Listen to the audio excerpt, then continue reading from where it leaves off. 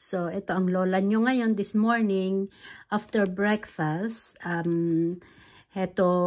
Pumunta ako sa sa B&Q. Pumunta ako sa B&Q. Kasi naghahanap ako ng flower, yung rose na DA. Magaganda yung flower na yon. So, I'm crazy about that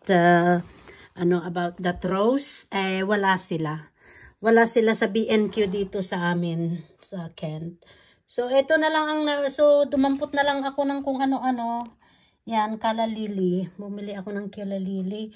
750. Tapos may discount pa sila. 25% off. So, yan. Dalawa ang binili ko. Maganda sila. Ang ganda, oh. 750. Tapos 25% off ang, flower. Yan siya. So, ang ganda ng aking Calla Lily. Ang ganda pa ng kanyang flowers. Tapos itong hydrangea. Ito, na to? 4 pounds na lang ito kasi dati, dati 15 pounds kasi na sila, bumagsak na sila. Pero marami pang flowers. So, clearance half mark price with the 25% off. So, ito 4 pounds lang yan, guys. Itong aking hydrangea, 4 pounds. Di bali nang bumagsak yung mga flower. Marami pa siyang mga flower, oh. Yan, oh. Ayan. Ang daming flower. Itatanim ko sa ground. Yan, para lalaki siya. Tapos, ito sili. Bumili rin ako ng sili. Ito may din ito. 7 pounds per pot. Pero may 25% off din yan.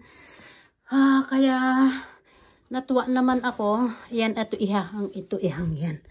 Ganyan, ihahang ko yan sa labas. Para hindi kainin ng islag. Tapos meron tayo dito. Ito, oh. 350 na lang ito. Oh, diba? So, worth it ang aking, kahit na wala yung sinadya kong bibilihin doon. Sa B&Q, ayan. Itatanim ko mamayang hapon ng mga ito kasi namumukadkad ang araw. Tapos, bumili rin ako ng topsoil na isa. At saka multi-purpose compass. Ewan ko kung anong nga ito. Nakita ko lang ito. I don't know where to use this one. Basta kinuha. Dinampot ko lang. Ayan. Init. Mag-garden ako mamaya. Yan siya, oh. Ang dami. Ganda niya. Sili. Ayan siya. Mamaya ko sila ilabas kasi masusunog sila sa init. Kawawa sila. Kawawa sila. Itong aking Calla Lily, indoor lang sila. Yan. Dito lang sila sa loob yan. Yan.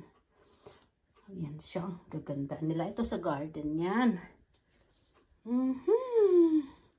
Happy weekend!